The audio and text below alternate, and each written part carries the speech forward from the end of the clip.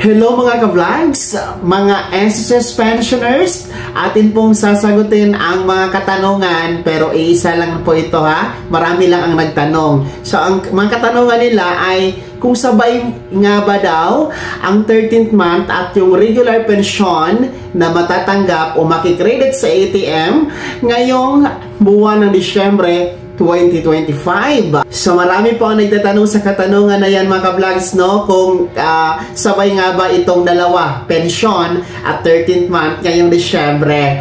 Well, diretso na tayo sa kasagutan, no? Alam nyo naman ito mga pensionado na matagal na, no? Sa SSS. Pero sa mga baguhan at hindi pa po alam ang releasing schedule ng pension and 13th month ngayong Disyembre, swak na swak sa inyo ang video na to. Well, anyway po, no, unahin muna natin ang ating 13th month, no. Ang schedule po nito ay nakabase sa 2022-030 na circular ng SSS, kung saan nga po dalawang grupo ang hinati ni SSS para ibigay itong 13th month, no? So, una po dyan yung ating mga first batch, yung may date of contingency.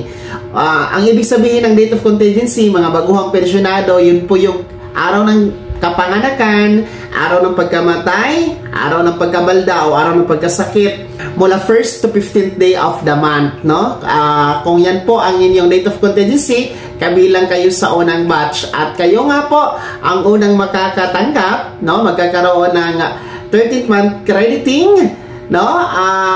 At yan po ay mangyayari December 1, no? December 1. So expect natin yan ngayong December 1, araw po yan ng Lunes, na mag-credit sa inyong ATM card ang inyong 13th month mga first batch.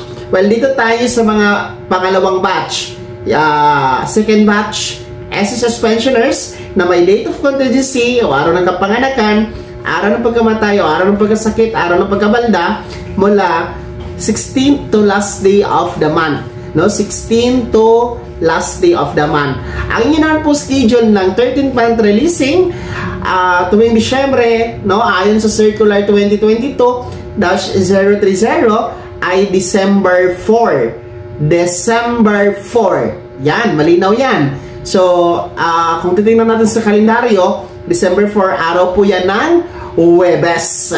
And meron kasabay itong mga second batch, no, na makakatanggap ng 13th month, mga ka-vlogs. Sila po yung mga ating mga nakalapsam o yung mga naka-advance ng 18 months na pensyon kay SSS, no, mga nakalamsam, no, mga nakalamsam. So, kasama din po kayo sa mga katanggap kasi nga po yung inyong na-advance na 18 months pension, hindi naman po kasama doon yung inyong 13th month. So, ang kasabay ninyo na schedule, which is December 4, ay ang ating mga second batch SSS pensioners.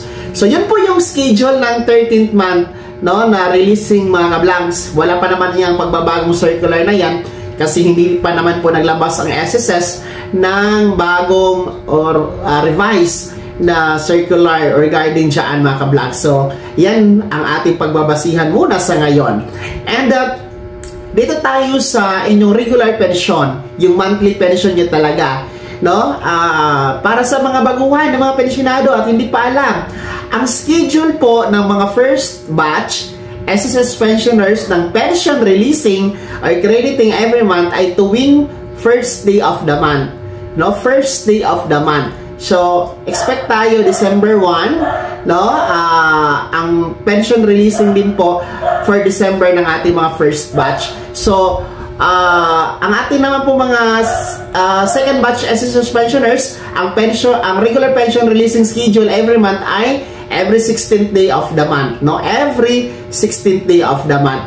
So, ibig sabihin po, ang ating mga first batch SSS pensioners, since December 1 ang 13th month releasing at December 1 din po ang pension releasing, ibig sabihin doble ang inyong matatanggap. Sabay po ang pensyon at ang 13th month ngayong December 1, mga first batch. Samantalang ang ating mga second batch, which is December 4, no? Bagamat every 16th day of the month ang inyong pension releasing every month, dapat sana December 16, pero tuwing Disyembre po, sinasabay po ng SSS ang inyong regular pension at ng inyong 13th month tuwing ika-4 na araw, December 4, mga second batch. Ha? So, ibig sabihin, sabay-sabay po yan sa mga nagtatanong, no? Para isang bagsakan lang po yan. Isang crediting lang po ang gagawin ni SSS para sa inyo. Kaya, talagang masaya po kapag Disyembre.